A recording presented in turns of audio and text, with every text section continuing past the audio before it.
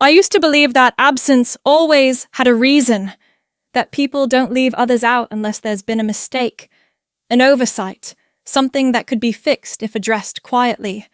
The folder on my desk still smelled faintly of the cologne Graham used to wear when we first started Luminary Systems.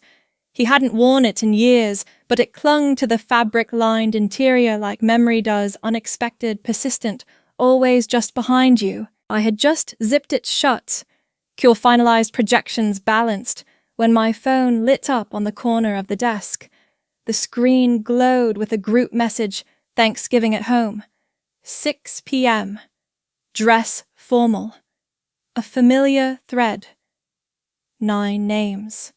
All the usual ones. Mine wasn't there. I double-checked, scrolled. Nothing. No Mara Whitlow. No profile picture. No mention.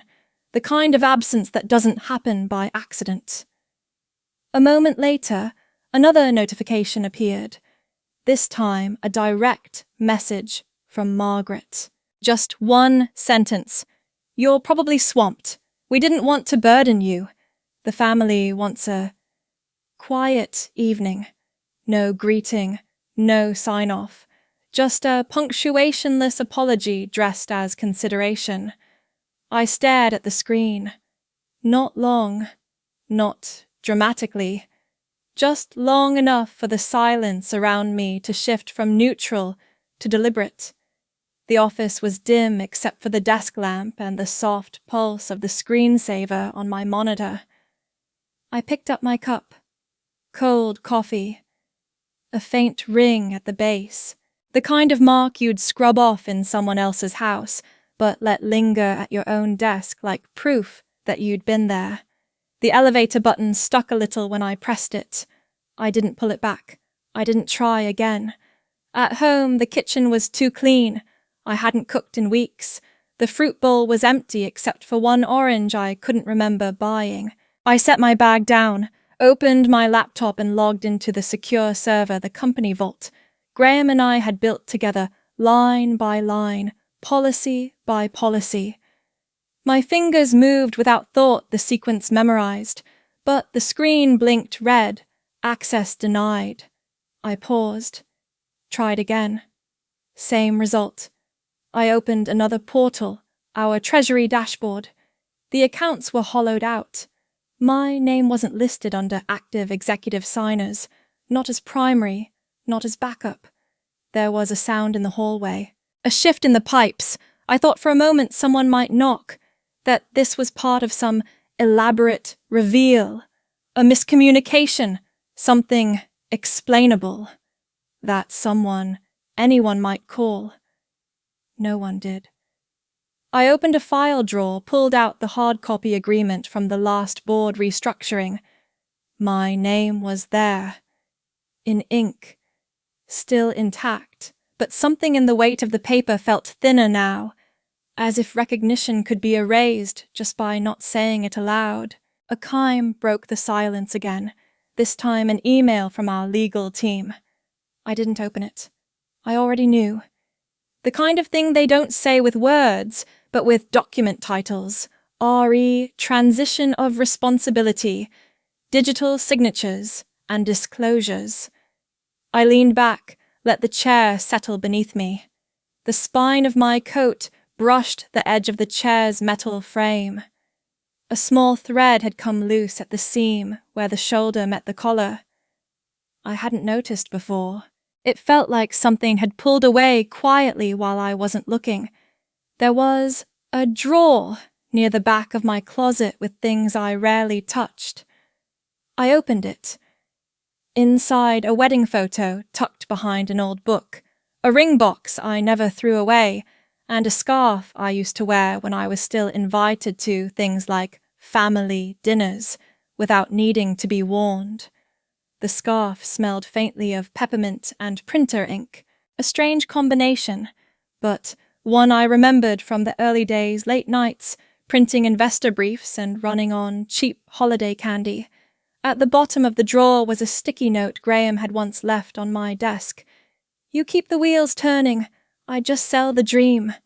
I'd smiled when I read it, framed it even. Took it down after the first audit he forgot to tell me about. There was no confrontation, no slammed doors, just the hum of systems shutting me out, like someone slowly lowering the volume on your presence until you forget what your own voice sounds like. Margaret used to tell Madeline, "You walk into a room like you belong there." She never said that to me. To me, she once said, "You're easy to forget when you're quiet, dear." That's not always a compliment. Graham, when he was trying to sound reasonable, used to say you're better at being behind the scenes. It's where you do your best work. And I nodded because I thought love meant agreeing with someone, even when it dimmed you. The wind outside had picked up. I could hear it press against the window panes, like a question no one had asked. I walked to the window, undid the latch. The glass groaned slightly as I opened it. The air that came in wasn't cold enough to bite, but it didn't feel like welcome either. Just clean, unscented, indifferent. I didn't shut it. I stood there watching the curtain lift and fall in a slow rhythm. Somewhere below someone's car door slammed. Laughter followed. Brief, not mine. A picture frame on the windowsill had fallen face down. I didn't pick it up. Not because it didn't matter, but because sometimes not reacting is the only way to acknowledge that something has already left. I stayed at the window, not waiting, just not pretending anymore. I thought compromise was a kind of affection. That giving in just a little made things easier for everyone. The kettle let out a low rattle as it settled on the stove, the lid vibrating faintly against the metal rim. I didn't rush it. I stood there, one hand resting on the counter, the other holding a tea bag between my fingers. It was peppermint. Not my favorite, but it was what was left. The paper tag curled at the corner like it had been steeped too long in some other life. I used to carry 2 sets of cards in my planner, one for work, one for family. One had initials and titles. The other had birthdays I never forgot. Madeline's was written in permanent ink, circled each year. I sent her gifts from both of us even when Graham forgot. He didn't sign the cards. I stopped leaving space for him to try. There was a time when I let him do all the talking at events. He had the voice for it, the kind people leaned into. When someone asked where I was, he'd smile and say, "She makes the magic happen backstage." I never corrected him. It sounded easier than explaining that I'd written the entire proposal he was referencing, down to the closing line he used to applause. The mug I poured into had a chip on the side, white ceramic, with a pale green line around the lip. It came from the first set we bought when we moved in together. I'd kept it because the others had broken. Or maybe I kept it because it hadn't. I remember one board meeting where I pitched a model I'd built over 2 months, quietly, precisely. They didn't like the risk window. They said the language was ambitious. Graham didn't look up from his notes. When the room grew quiet, I filled the silence with, "I can adjust it." Maybe I went too far. My intention was just to push for growth. The pen in my hand had pressed so hard against the paper that it tore slightly at the corner of my notepad. Margaret once pulled me aside after dinner. It was just the 2 of us in the kitchen cleaning dishes I hadn't used. "You've always been sensible, Mara. It's a rare quality in women these days. Knowing when to yield." She was drying a wine glass, holding it to the light as if testing its clarity. "Graham's lucky. He doesn't need a spotlight chaser. Just someone solid behind him." The way she placed the glass in the cabinet was gentle, final. I remember thinking the word solid didn't sound like a compliment, but I still smiled. Not out of agreement, just out of habit. I once delayed a trip to Maine that I'd planned for months because Graham forgot to reschedule a round table. "You're better with numbers anyway," he told me. I stayed behind. The confirmation email for the flight was never opened. The tea steeped darker than it should have. I didn't remove the bag. I didn't stir. I drank it, bitter. There was a coat I wore for years, a grey wool one with loose threads at the sleeves and buttons I'd re-sewn myself. Graham said it made me look neutral. I wore it to every family gathering. At some point, Madeline started calling it the silent sister look. Once when I arrived late, she laughed as she took my coat. Still wearing this, "You really are committed to not standing out." The others chuckled. I laughed too. Not because it was funny, but because no one noticed when I didn't. I kept every dinner invitation they sent over the years, even the ones that used Graham's name first. Even the one that said, "To Graham and guest." I folded that one into quarters and put it in the drawer with the warranty cards and spare keys. I adjusted my place to make theirs more comfortable. I spoke less so others could lead. I asked fewer questions because my silence kept the peace. I learned that being agreeable meant never needing to be consulted, and that being accommodating meant they could count on me until they didn't. I knew how to arrange my schedule around theirs, how to make it look effortless, how to fill in the blank spaces before anyone realized something was missing, how to be dependable enough to be invisible. Once during a Sunday brunch, Margaret introduced me to a neighbour. "This is Mara. She's Graham's wife. She works with him, keeps the books or something."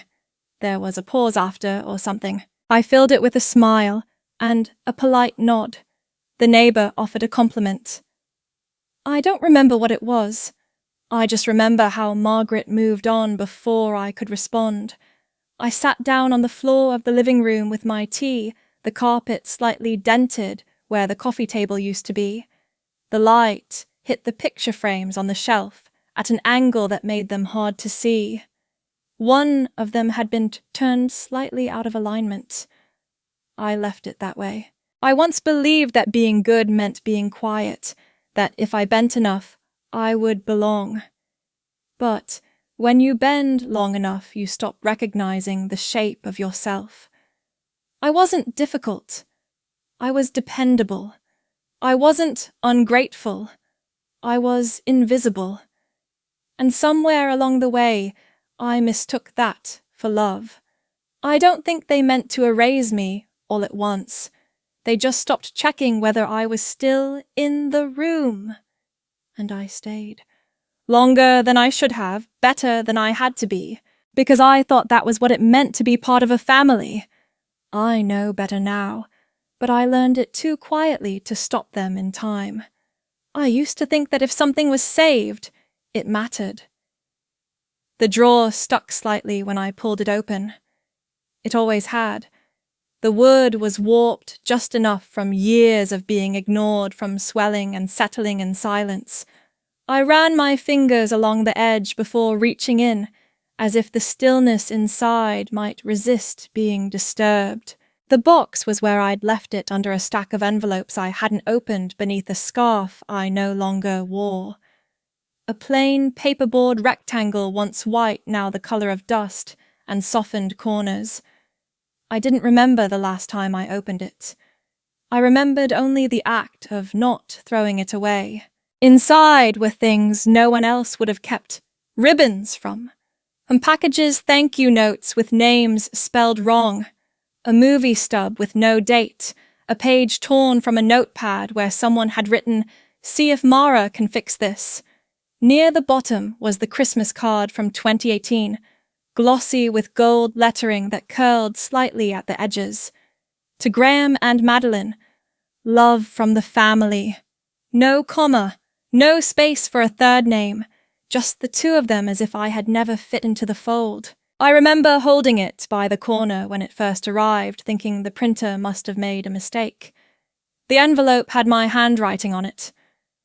I had addressed it myself weeks earlier when Margaret asked me to help get those out before Friday. That year I still believed in accidents. I unfolded the program from the award ceremony, Luminaries Recognition as a top startup, founded by women. On the cover, a quote from Graham about resilience. Inside, a full-page photo of him and Madeline standing side by side holding the plaque. The caption read, "Co-leaders of a new era." I sat behind the last row that day.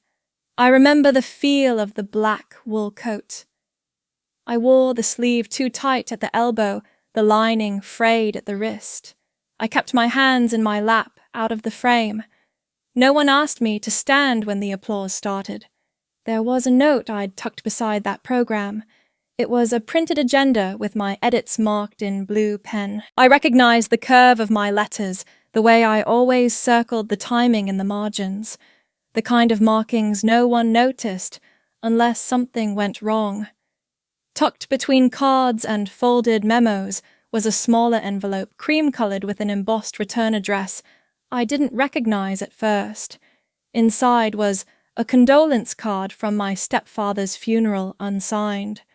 Just one line typed in a serif font too elegant for its own meaning. He always said you were the steady one. At the service, he had leaned over to someone, maybe a cousin I barely knew, and said, "Mara's easy. She stays out of trouble. You don't have to worry about her." They had both nodded as if that was praise. There was a bookmark from a bookstore in Vermont that no longer existed. Graham had brought it back once on a solo trip, left it on the counter beside the coffee pot. Didn't have time for a gift, so I figured this was efficient. He never asked what book I was reading. In the bottom corner of the box, flattened under holiday cards and old receipts, was a photograph I'd nearly forgotten. 3 of us sitting under the long oak table in my grandmother's dining room. I was maybe 9. Madeline looked about 5. I had a sleeve of cookies balanced in my lap, breaking them carefully in half. She leaned against my side, wide-eyed, holding one in both hands like it might disappear. The light in the photo came from beneath the tablecloth, a warm yellow spill that made it feel like a secret fort, a place only we knew. Her eyes weren't smiling. They were holding on. I'd forgotten that look until now. The photo had a small crease through the corner. I traced it lightly with my thumb. The paper felt thinner where it had been folded, like it had almost given up on being whole. I could have torn it. I could have let it slip into the trash with the rest of the papers no one would miss. But my hands didn't move that way. They only folded it back along the old line, tucked it between 2 other things no one had asked me to keep. I never told anyone that I kept a separate calendar, one that tracked not meetings or launches but moments. The time Margaret made a toast and forgot to mention my name. The night Madeline posted a photo captioned "Family Forever" with Graham and my mother, while I was presenting at a conference 3 blocks away. The text I received afterward. "Sorry, we didn't invite you." It felt like a sibling thing. Each memory pressed itself into my mind like the indentation of a ring long since removed. Not painful, just present.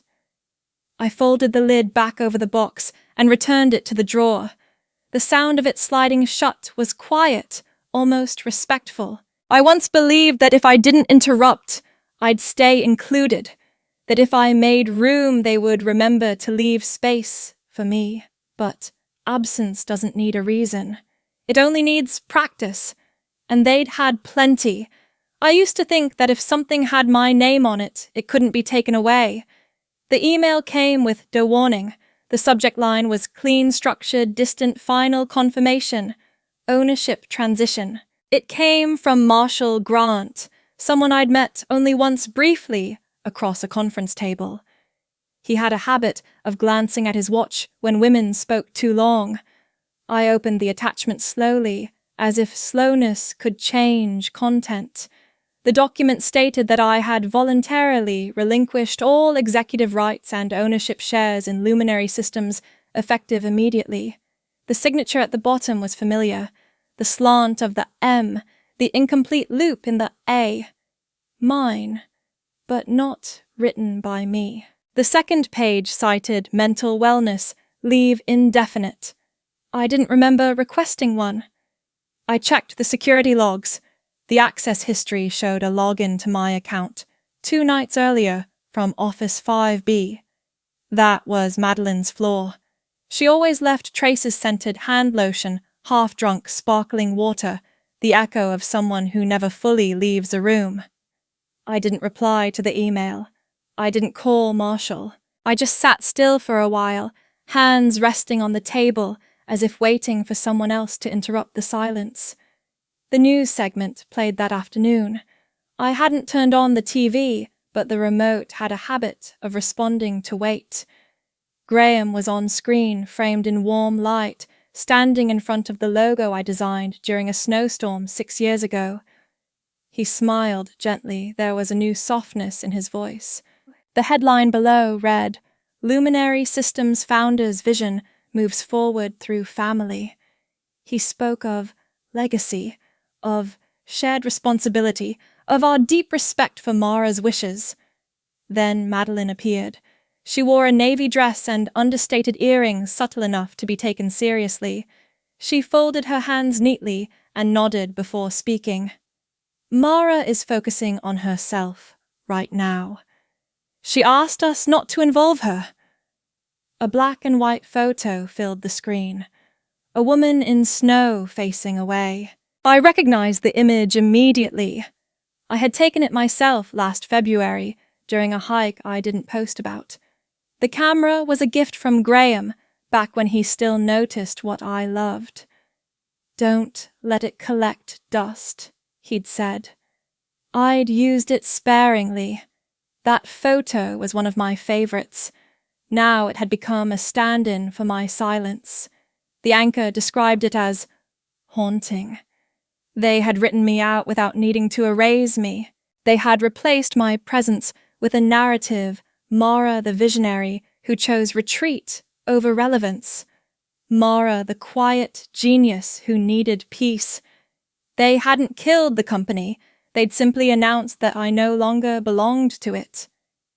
Once at a quarterly dinner, Graham waved off my correction about a statistic in our report. "She means 35%. He said even though I hadn't. I adjusted the figure afterward, not because he was right, but because it was easier. Once Madeline passed by my desk and tapped a folder. "Why do you still print things you're the only one who leaves a trail?" On the screen, the segment ended with soft music. The anchor used words like graceful, seamless, inevitable. The camera faded to an image of the headquarters I helped design, and then to a commercial for a luxury watch. I sat on the arm of the sofa, not the cushion, not fully in. The floor was still cold from the morning, and a faint draft moved under the window. On the bookshelf, a framed photo leaned slightly left. I didn't fix it. The three of us, Graham, Madeline, me at the launch party. My hand was cropped at the edge, holding a champagne glass just out of frame. I remembered how long it took to find a dress that blended in. I'd once believed that what we built was held together by intention, but it had been held together by something more brittle. Politeness, maybe. Assumptions. A voicemail arrived later, though I didn't hear it come in. Marshall's voice. Sharp, flat, practiced. "We'll proceed unless we hear otherwise by Monday." We didn't need clarification. It never did. I stared at the laptop. The screen had dimmed. The cursor blinked in the corner like it was waiting for input. I didn't touch it. In the drawer beside me was the first check I ever wrote to open our business account. My handwriting was neater then. I used a different last name. The check had never been cashed. We framed it once briefly. Then it got moved to a box during renovations and never came back out. There's a way people take from you that doesn't involve theft, a way they move your name to the margins, a way they smile while doing it. No one yelled. No doors slammed. There was no betrayal loud enough to echo. Just one more story told without asking for my version. I had always assumed there would be warning, that I'd feel the shift, that someone would pause before the final push. But there was no wind before the silence, only stillness, and I had stayed still long enough to become forgettable. Some endings don't come with a door slamming. They just stop recognizing you. I packed quietly. No rush, no mess. The backpack still had pine needles in the side pocket from last autumn. I didn't bother shaking them out. I folded the charcoal sweater I used to keep in my office, one sleeve thinner than the other from overuse, and laid it on top of a small tin of chamomile. Not for sleep, just for grounding. The notebook went in last. Spiral-bound corners curled. Half of it filled with ideas that would never get funded now, names of people who no longer took my calls, and a list titled "Don't Forget Why." I didn't write a resignation letter. There was nothing left to resign from. I returned to the office just once. It was a Sunday. The receptionist wasn't there. I took the stairs. Fourth floor still smelled faintly of printer ink and jasmine from the cleaning spray. My nameplate sat beside the door, brass slightly tarnished. I unscrewed it with the edge of a key. The adhesive left a pale rectangle behind a ghost in the wood grain. I didn't leave flowers. I didn't leave files. I left a folded slip of paper taped on the inside of the glass. Take care of what you stole. I won't be back. At home I moved slower. The walls still held frames from another version of me. I pulled the photos one by one from their glass. I didn't tear them. I just slid them out and stacked them face down. The frames stayed on the wall, blank now, but not broken, like placeholders for something that would never return. There was a chipped bowl on the counter with dried rosemary I hadn't used. I scooped the leaves into a paper towel and set the bowl in the sink. It made a sound like memory, sharp, quick, gone. The phone was on the table next to a folder labeled Emergency Contacts. I pulled the SIM card out and placed both items neatly in the drawer. The drawer clicked softly when I closed it. That felt final enough. I wrote one line in the back of my journal, opposite an old grocery list. I used to belong here. I don't anymore. No one called that night. No one knocked. No one asked where I'd gone.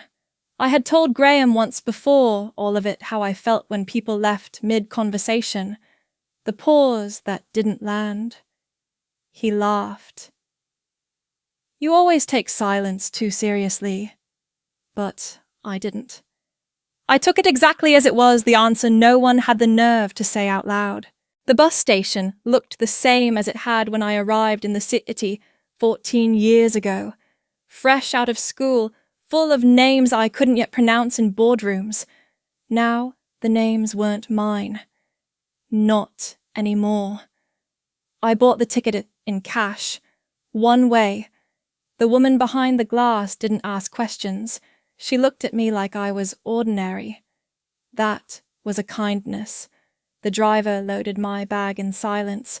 I climbed the steps, found a seat by the window, row 9. Same number as the apartment I once dreamed we'd raise a family in. He turned to check the list, then paused. You sure I didn't nod? I didn't look up. I just said I used to be a voice. Now I'm learning the weight of quiet. He said nothing more. The engine hummed low. The seat was cold. I kept one hand on the backpack and the other on my knee.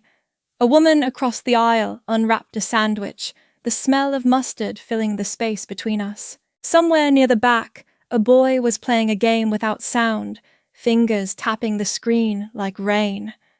I thought of the ceramic mug Graham never liked, too heavy, he said too uneven. I had packed it once for a trip, and then taken it out thinking he might need it after all. He never noticed. I thought of the scarf Margaret gave Madeline for her birthday last year, ivory with gold thread. I had bought the same one 2 weeks earlier, left it on her dresser unsigned. No one ever asked if it was from me. I thought of the legal folder marked discretionary accounts. There had been a post-it on one page. Let's just keep this internal. My handwriting, but I hadn't written it.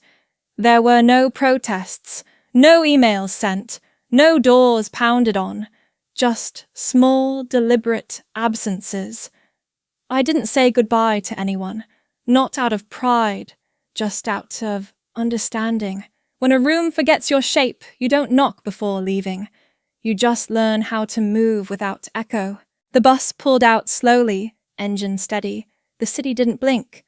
I didn't cry. I didn't text. I didn't promise to keep in touch. There was a time I would have left a forwarding address. This time, I left nothing. Not even a shadow to follow. I used to believe stillness was something you waited for. Now I know it's something you choose. The cabin was smaller than I remembered. Or maybe I was larger, carrying too much history in a body that hadn't made room for silence in years. The lock was broken, but no one came here anyway. One room, uneven floorboards, a fireplace that coughed instead of warmed. Still, it didn't ask anything of me. I woke cold the first morning, wrapped in an old blanket that smelled faintly of cedar and dust. My back ached from the cot, but I didn't move for a while. There was no alarm, no email notification, no thud of newspaper against the door, just breath, and the sound of wind trying to find its way in. The mug I brought had a crack down the side. It held together barely. I poured hot water over a sliver of tea and watched it darken slow and uneven like ink spreading on cloth. I sat with both hands around the mug, letting the heat reach my fingers, but not chasing it. Outside, the snow hadn't melted fully. There were patches of ice white against bark, and the kind of quiet that makes you listen to your own thoughts, whether you want to or not. I opened the notebook again, not the one from work, but the one with the soft cover, the pages I used to use for meal plans and stray quotes. I turned to the first blank page. No agenda, no title. I wrote, "Rebirth is not beginning again. It is continuing after everything is gone." I didn't cross it out. The painting was one of the only things I hung on the wall, a small square of canvas with a rough outline of a crane in mid-flight. My grandmother once told me cranes remember every path they take, even the ones they don't return to. She never told me what happens when you have no desire to return. There was no cell signal. The phone stayed off, tucked between two sweaters. I didn't check it.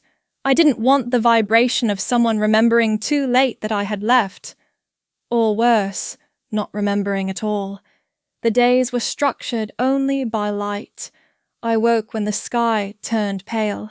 I heated soup from a can and ate it directly from the pot. I didn't speak out loud, though, once I did whisper a grocery list just to see if my voice still worked. I remembered something Margaret once said during a brunch, where I forgot to refill her glass. Some women are built to be useful, not visible. She had smiled as if it were a compliment. No one corrected her. I folded my napkin and excused myself to the kitchen. That was years ago. But her voice returned now, uninvited, as if it had packed itself into the lining of my coat. Bon burned the napkin she used that day, kept it all this time stained with lipstick I never wore. The ashes scattered easily in the fireplace. The heat didn't last long, but the space it left behind did. I didn't miss anyone. That was the strangest part. Not because I felt strong or detached or healed, but because absence had stopped being a wound. It was just another room I didn't have to enter. I swept the cabin once a day more for rhythm than for cleanliness. The broom lost bristles quickly, and the dust settled again by afternoon. Still the motion mattered. Forward, gather, lift. It was enough. At night, I read by the glow of a battery lantern. The pages were dog-eared, borrowed from a thrift store shelf that hadn't seen new titles in a decade. I didn't underline anything. I didn't try to find meaning. The stories didn't owe me that. Someone once asked me what my favorite sound was. I had answered without thinking. The end of a sentence that doesn't need defending. I hadn't thought about that answer until now. It still felt true. The second week I found a box of dried herbs left behind by whoever lived here last. Lavender mostly. Some crushed mint. I tied a few sprigs with twine and hung them above the window. The scent didn't fill the room, but it stayed close to the glass like a reminder, not a declaration. There was no need for clocks. I measured time by the slope of the light on the floor, by the way the air changed in my lungs when I stepped outside. No one knew I was here. That became the most sacred part of the routine, not being hidden, just unlisted. Like a book without a spine, like breath that didn't fog the mirror anymore. On the 15th day I took my tea to the porch. The snow had hardened into a crust, not soft, not melting, just still. I sat with both feet flat on the wood hands around the cup, not for warmth, but for weight. I looked out over the tree line, the grey sky unbothered by my presence. Then quietly I said it not as an announcement, not even to the wind, this is my land. No one knows, no one needs to, and I didn't speak again for the rest of the day. Some echoes don't return because they were never meant to be answered. The roof still leaked when the snow melted too fast.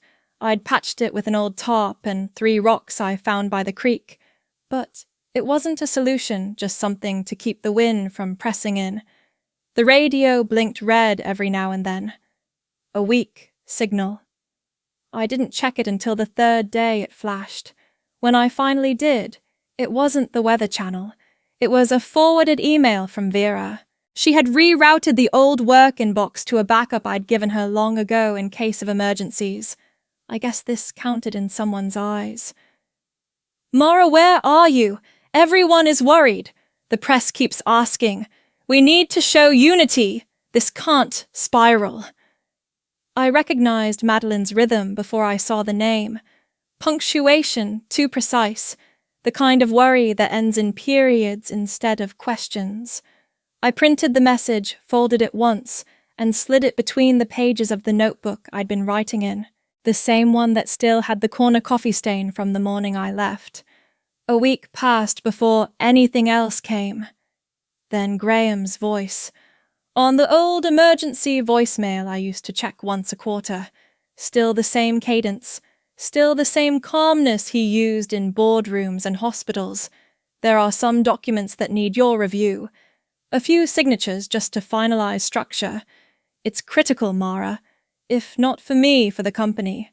For your name. He said your name like it was a favor. Like, I should be grateful someone remembered I still had one. I didn't call back. The week after that, I saw my name in the headline of an article Vera mailed me in a manila envelope. The woman who vanished Luminary Systems and the founder who left too quietly. A photo of me at the very first investor dinner, back when we wore name tags. I was standing beside the dessert tray, hands folded, blazer too big at the shoulders. The caption read, Co-founder Mara Keller, currently unreachable for comment. Unreachable. As if that was the story. Not erased, not rewritten. Just not answering. I clipped the article and pressed it flat between the wall and a small wood frame I'd found at the thrift barn down the road. I didn't hang it, just leaned it against the shelf near the tea canister. Let it exist, without explanation. One afternoon a package arrived, no return address, no note. Inside a silver bracelet I'd once gifted Margaret for her birthday. The clasp was bent, the velvet box frayed. Tucked underneath was a single line written in stiff, uneven ink on an index card. You should have stayed in your place.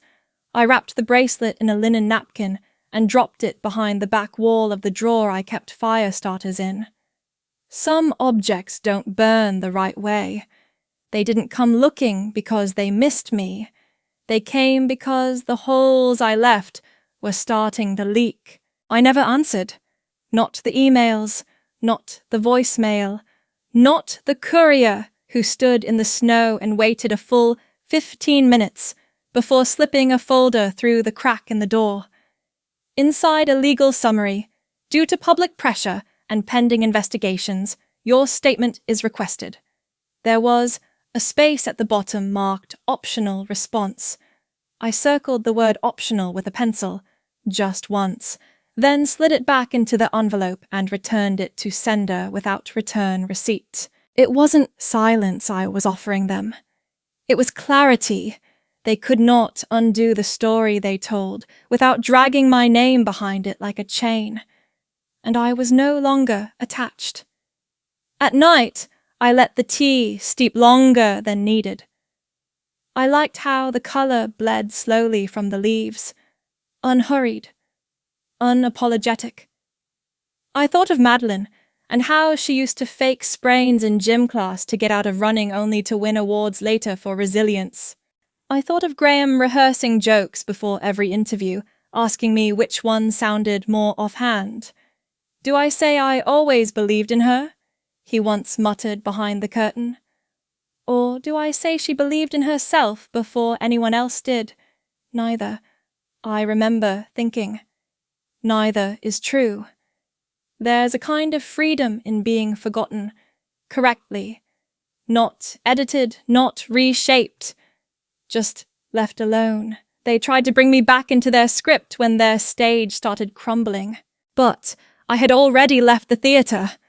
I poured another cup and watched the steam lift. No one would print that. No one would quote it. But it was the truest thing I knew. They didn't lose me. They spent me. Some mornings, the silence feels like fabric, something I can fold, carry, tuck around me when the wind gets sharp. I wake before the sun finishes touching the tops of the pines. The floorboards creak even when I tiptoe. I keep the kettle on low heat, letting the steam build slowly, like breath held between thoughts. The ceramic cup I use has no symmetry. I shaped it myself on a wheel that barely holds together with rusted bolts. One side dips lower than the other, and the glaze pooled too thick at the base. But it fits in my palm like something I earned, not bought. Each morning, I take one book from the shelf and read exactly 15 pages. I don't mark the spot with a pen. I fold a tiny corner soft enough to not tear. It reminds me that some things don't need to be rushed. Not every page must prove something. Twice a week I write letters. No return address. No name. Just a line I've been there. I know. I leave them in envelopes at the post office in town. The women from the local startup group think they're from someone who used to be big in tech. I let them wonder. It's not the sender that matters. It's the quiet recognition in a stranger's handwriting. Sometimes I help at the rescue station. Nothing important, just cleaning forms, fixing grammar in incident reports, printing out checklists. I sit at a corner desk near the back next to the window that won't fully shut. They offer coffee I never drink. No one asks questions. I think they sense I'm not here to be found. Graham used to say freedom was being your own boss. Margaret once said, "A woman's freedom ends the moment she forgets how she's seen." Neither of them would understand the stillness I found here. No applause, no spotlight. Just one small life repaired slowly like a rip in fabric. Someone finally decided was worth mending. The scarf I've been knitting since December now reaches the length of my arm span. Grey, uneven, but warm. Each loop took time. Not perfect, but whole. I wrap it twice around my neck when I walk the trail behind the cabin. It leaves a trace in the snow like a second spine. A man at the station once asked, "You ever think of going back?" I handed him a folder without looking up. He chuckled. Guess that's a no. I kept sorting the forms. Freedom, it turns out, isn't loud. It doesn't arrive with fanball or come printed on letterhead. It looks like not having to explain why you didn't answer a message. It feels like not waking up to urgency that isn't yours. There was a time when I set 5 alarms each morning. When I read press releases over breakfast-edited investor memos on my phone while waiting in line for coffee, I used to underline phrases in legal contracts with a red pen Graham never asked about. Now, I underline nothing. If it matters, I remember. I used to sit at the long holiday table, waiting for someone to ask me how I was. They never did. Once Madeline raised a glass and toasted Graham for being the reason Luminary exists, I had smiled because the moment wasn't worth ruining. No one noticed when I stopped showing up. I left a gap no one intended to fill. That's how I knew it had never really been mine to begin with. There's a dent on the side of the kettle from where I dropped it my first week here. I never tried to smooth it out. Some flaws become part of the design. A few days ago, I found a voicemail left on the station's emergency line. A clipped voice sharp with expectation. We assume you're safe, but we'd like a formal statement. This can't remain ambiguous. They still think my presence was part of their plan. That silence is temporary. I didn't respond. I stacked the paper files turned off the copier, walked the snowy path home with the scarf wrapped tight and the keys warm in my coat. At the top of the hill, the wind shifts. Trees creak in patterns that feel like code only the mountains understand. I let the chill settle across my cheeks without rushing to fix it. I no longer check who's calling. I don't draft replies that I never send. I don't refresh headlines or search for my name. I used to believe freedom had to be declared defended broadcast in a triumphant sentence, something that could be quoted on a stage, but now I think freedom is quieter than that. It's not asking to be remembered. It's knowing you no longer need to be. Some names don't echo. They settle like dust, quiet, persistent, unnoticed, until the light hits just right. I folded the document 3 times before slipping it into the grey envelope. No decoration, no return address. Just my handwriting slanted slightly, right like it always did when I was certain. There were no mistakes in this letter. I had checked each clause twice, each date 3 times. The notary's stamp sat at the bottom corner like a full stop, small and absolute. The postal clerk didn't ask questions. She took the envelope, weighed it, printed the label. I watched her hands chipped nail polish and the faint outline of a burn scar across her thumb. She reminded me of someone, though I couldn't place who. Maybe that was the point. So many people had become interchangeable in my memory, kind, neutral, absent. She handed me the receipt. I nodded, turned, walked back out into the cold. The envelope carried no threats, no demands, just 3 things.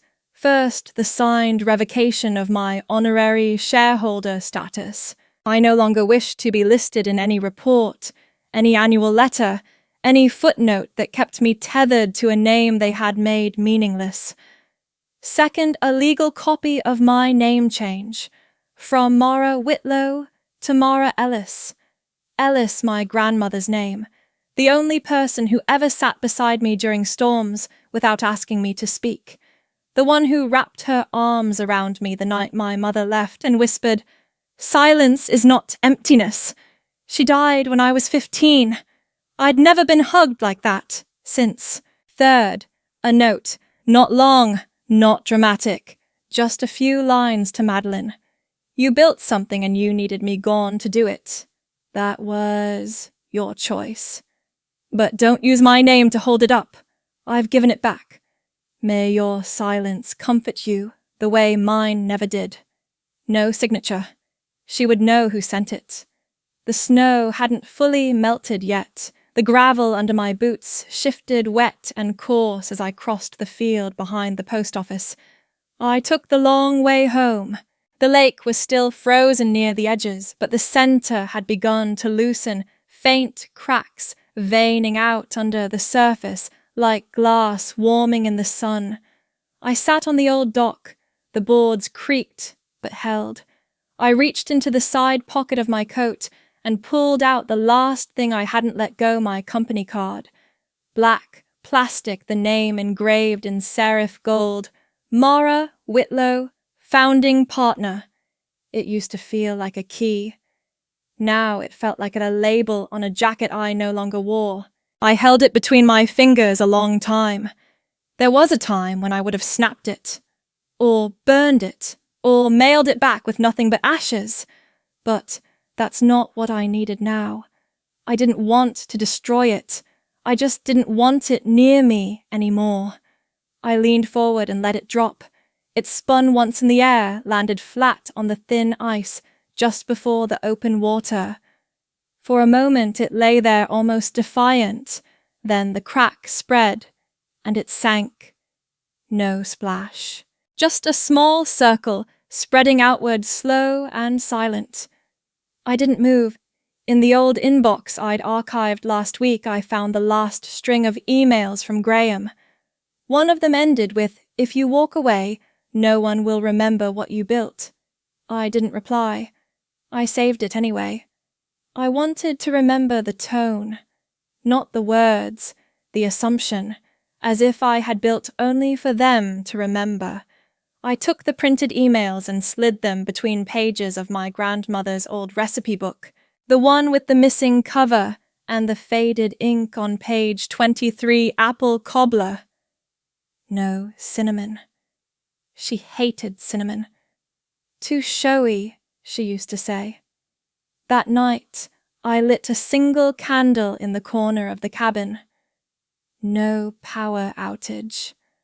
I just wanted the quiet glow. It flickered against the wall where I had pinned the hand-drawn map of my surroundings, a trail, a creek, 3 pine trees I'd named but never shared with anyone.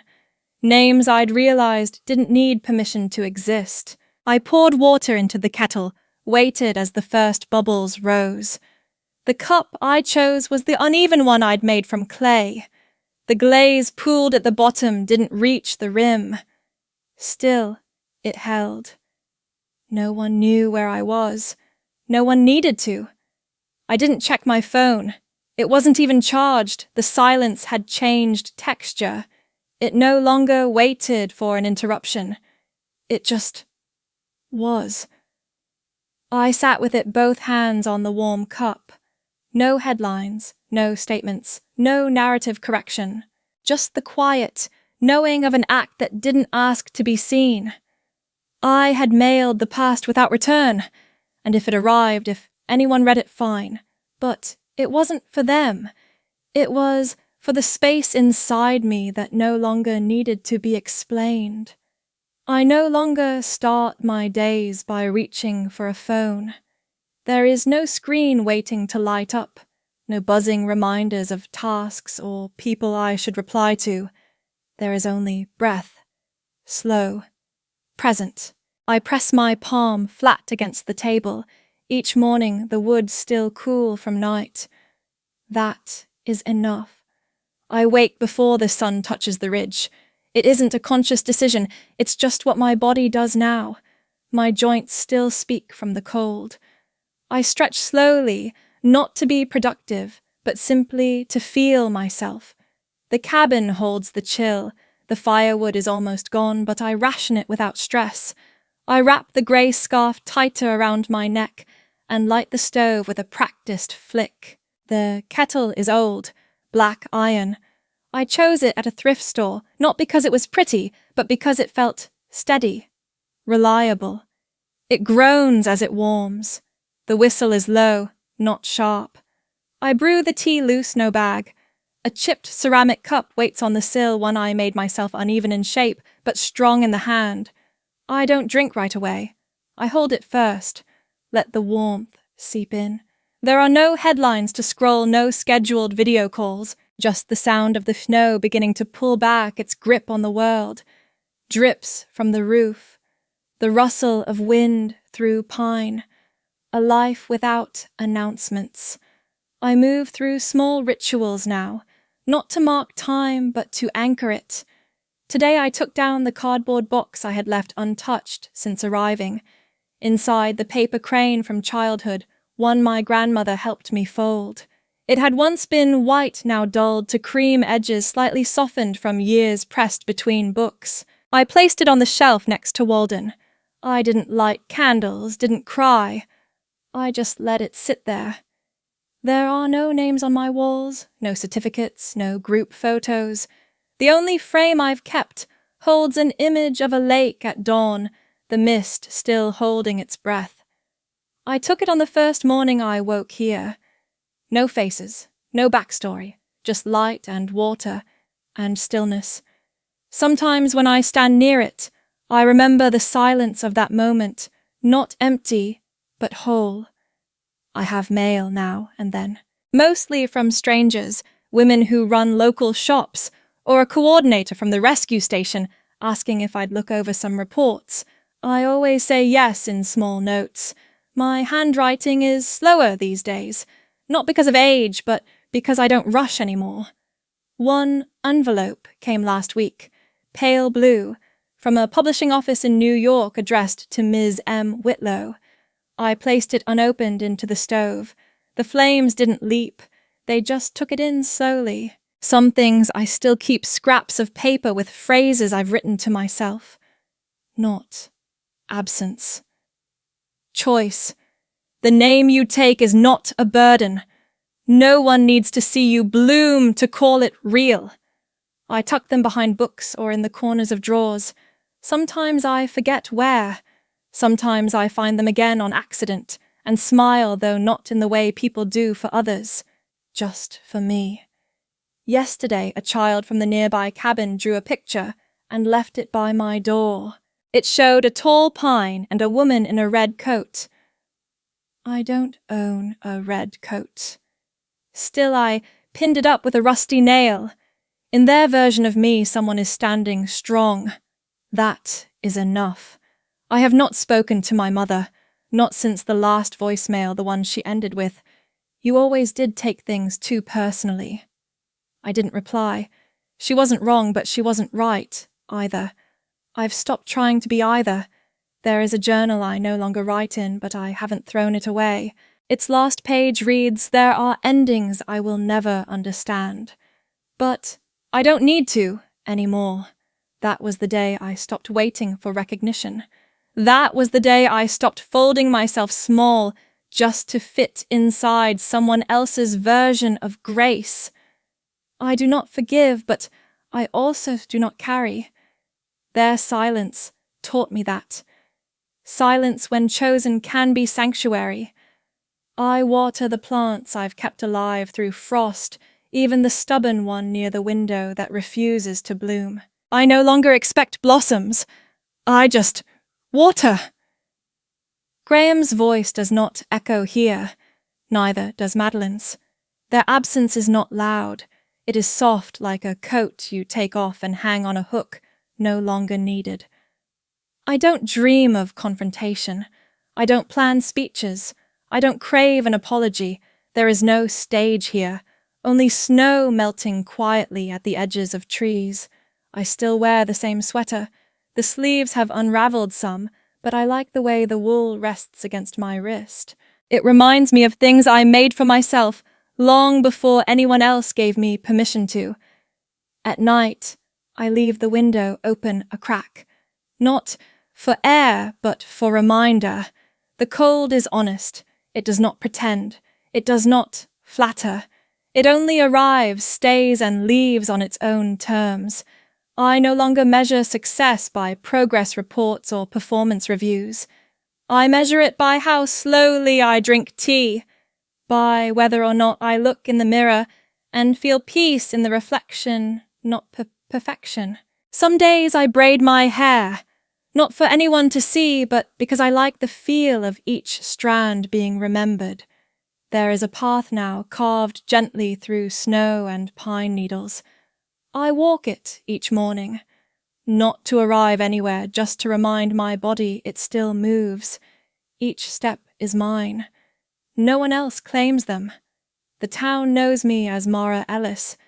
No one asks what I did before. No one cares about the woman who once stood behind microphones introducing products she designed, but whose name never appeared on the patent. I let that woman go. She is not a ghost. She is a threshold. Sometimes I whisper my name aloud, not to remember it, but to own it. It doesn't echo here. It settles. Today I boiled rice. I wrote a thank you note to the postal clerk. I trimmed the edge of a curtain that had begun to fray. Nothing urgent, nothing grand, but all mine. No one will write an article about this life. No one will film a documentary, but there is rhythm here. There is breath.